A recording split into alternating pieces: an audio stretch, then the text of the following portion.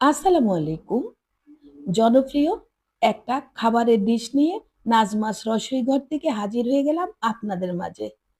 আজকের রেসিপি ঘরে থাকা উপকরণ দিয়েই তৈরি করা যাবে। যেই খাবারটা খাওয়ার জন্য আমরা ছুটে যাই রেস্টুরেন্টে আর অনেকগুলো পকেটের টাকা খরচ করতে হয়। আজ কিন্তু ঘরেই তৈরি করে ফেলবো জনপ্রিয় খাবার ওয়াফেল। তাহলে কথা না বাড়িয়ে চলুন মূল রেসিপিতে। আজকে একদম সহজভাবে ওয়াফেল তৈরি করে আপনাদের সাথে শেয়ার করব। এখানে ৪ টা ডিম নিয়েছি। ডিমের কুসুম আলাদা করে নিয়েছি আর সাদা অংশ আলাদা করে নিয়েছি। এখন সাদা অংশ একটা ব্লিটার দিয়ে ভালোভাবে বিট করে নিব। তবে একদম ফোমি তৈরি করব না।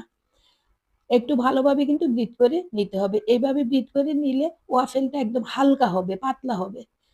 আপনারা চাইলে কাঁটা চামচ দিয়েও এই কাজটা সেরে নিতে পারেন। একটু সময় বেশি লাগবে। সময় যতই বেশি লাগুক না কেন, মজার খাবার যদি